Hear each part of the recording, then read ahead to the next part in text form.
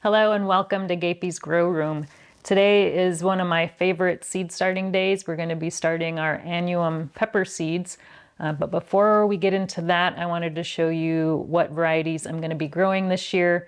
Every year I like to try new varieties, so I've only got a few that I've grown before, and the rest are going to be all new to me. If you don't care to see what varieties I'm growing this season, you can skip to the next chapter of the video. So we're going to start with the sweetest varieties first. So I've got quite a few of those. So first up, we have black pepper. And another thing I wanted to mention, nearly all of these varieties are from seed swaps. So I do a lot of seed swapping, especially for peppers and tomatoes. So I rarely purchase any, because I just know a lot of pepper people that are willing to share seeds. So this one here is from Mesquite Creek Farmstead, and I just got these from her late last year, so they should be nice and fresh. But black pepper is a really beautiful pepper. It's got purple and yellow and just really gorgeous. It's supposed to be very tasty too. So that's probably the one I'm looking forward to growing most this year.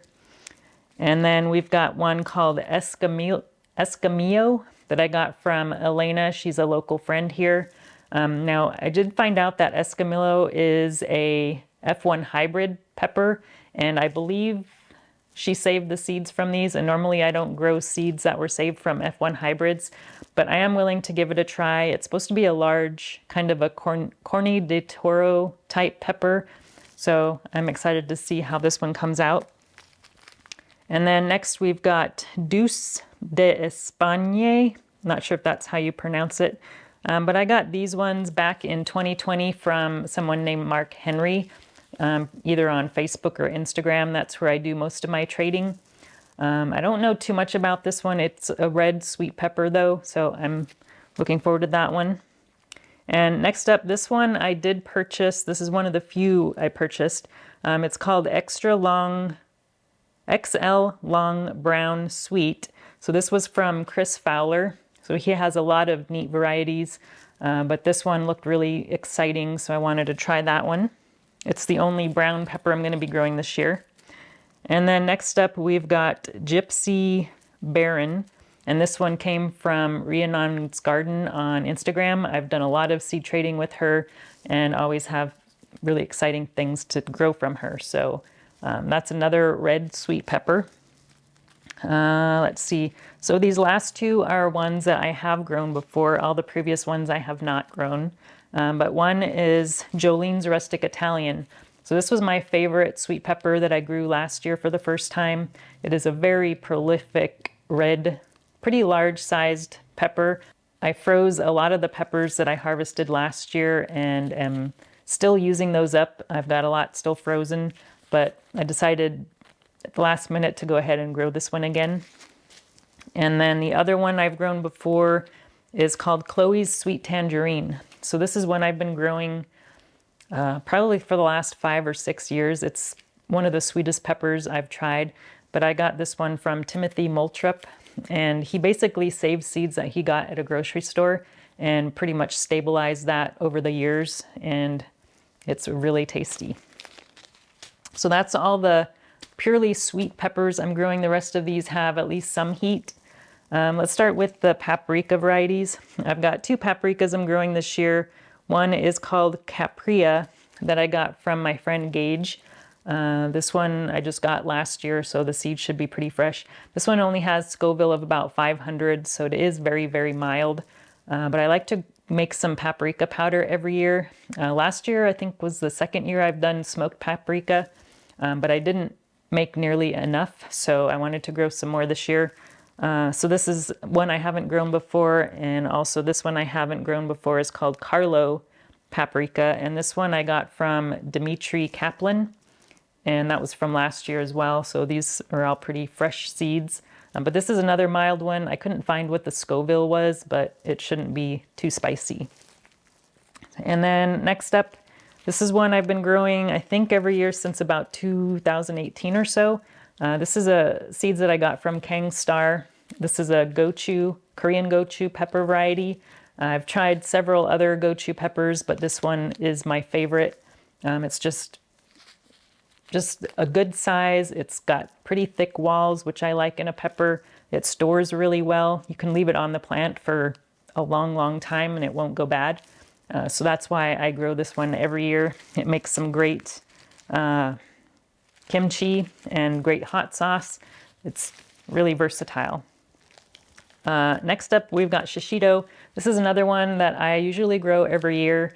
It's a very popular pepper, great for frying, for grilling, a must-have.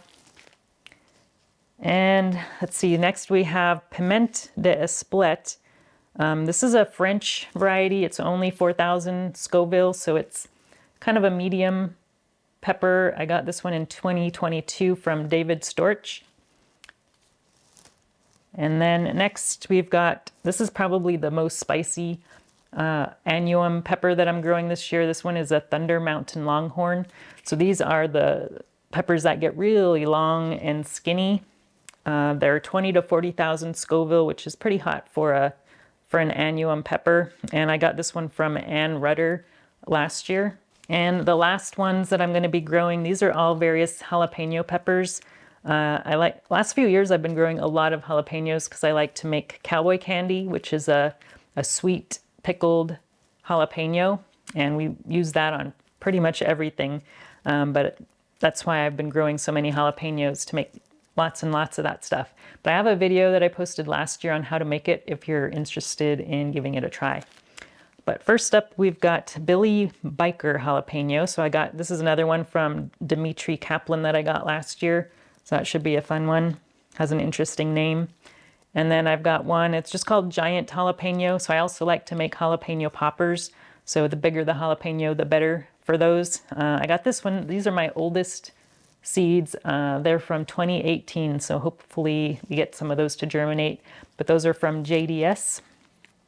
And then we've got a white jalapeno. And these are from Tony Thatcher that I got last year. And then we've got one called Mucho Nacho Jalapeno. These are kind of old too. These are from 2019 from Nikki Wibbenmeyer. And then lastly, this is one that I did grow last year, or no, I think I grew it 2 years ago, called Craig's Grande Jalapeno. I wasn't super impressed with it. I didn't grow it in the greenhouse, so that may be why it didn't do as well. But I'm willing to give it another try because I do like the larger sized jalapenos for stuffing.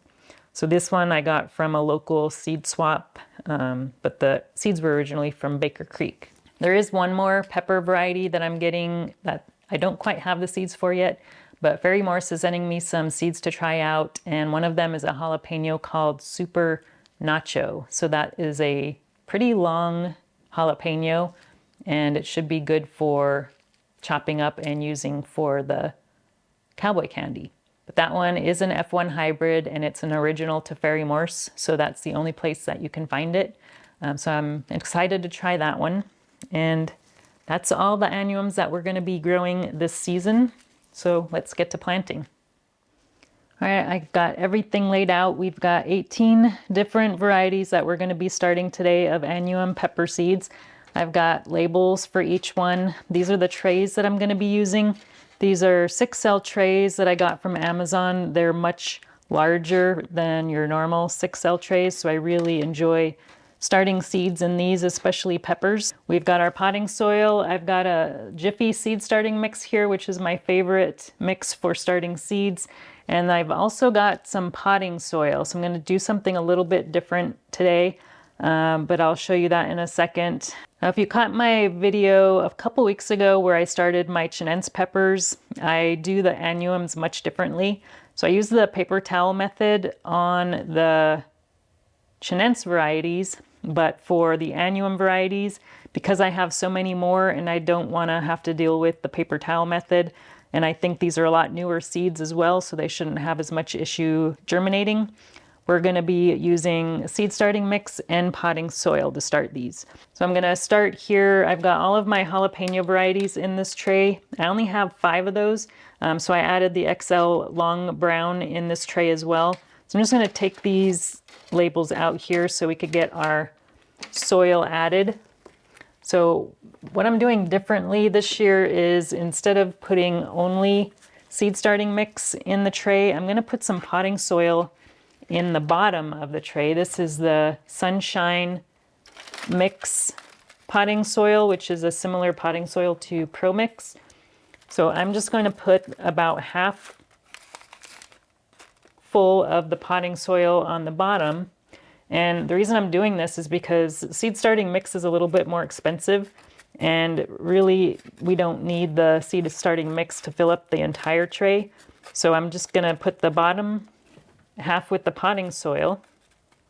And there's also more nutrients in the potting soil than the seed starting mix. So once the root starts to grow, they'll get more nutrients out of the potting soil. So then I'm going to go ahead and top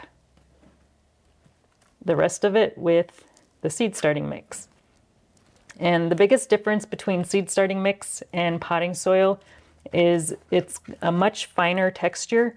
So the seeds have a much easier time emerging from the soil, as well as it doesn't contain as much nutrients, because seeds, when they first sprout, don't really need much nutrients, but once they start growing, they'll need a little bit more.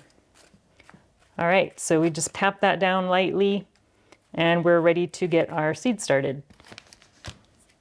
I'm going to use my pencil here to make some holes in the tray. I'm going to be adding 4 to 5 seeds in each of these cells. And then once they emerge after a few weeks, we'll get them repotted into single cells. So I'll start with 5 here. Okay, we'll start with the XL long brown. This is the large sweet pepper and my only brown pepper that I'm going to be growing this year from Chris Fowler. So I am going to just plant 4 seeds of this one, I think. So we'll ignore that middle hole and just plant them in the corners. And if I didn't mention already, I'm only planning on growing 1 of each variety in the garden, and the rest of them I will be selling. And I don't want more than probably 3 of each variety because I've got a lot. All right, so that one is the brown. So we'll put the label there. And then we've got our Craig's Grande Jalapeno. Since I have so many jalapeno varieties, I think I am going to just do 4 of each of these. So I'm going to go ahead and finish the rest of these up, and I will show you what to do next. Okay, we got our first tray done. And I did pre-moisten the potting soil and the seed starting mix, but it's not super wet. So I am going to add a little bit of extra water here on top. All right, now this is ready to go onto our heating mat. All right, we've already got a tray all set up over here on the grow shelf, and there's a heat mat here, and I've got it set to 80 degrees. And I've got a couple of peppers in here already that I started last week.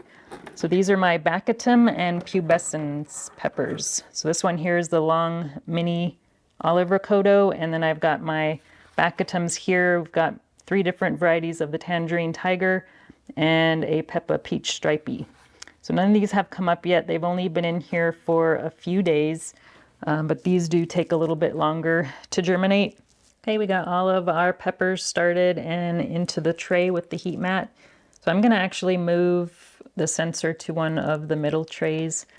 So I like to keep the sensor in the middle of the tray rather than on the side, because there might be a little bit of inconsistency in the heat mat towards the sides. And then we're gonna add our humidity dome and we should be good to go.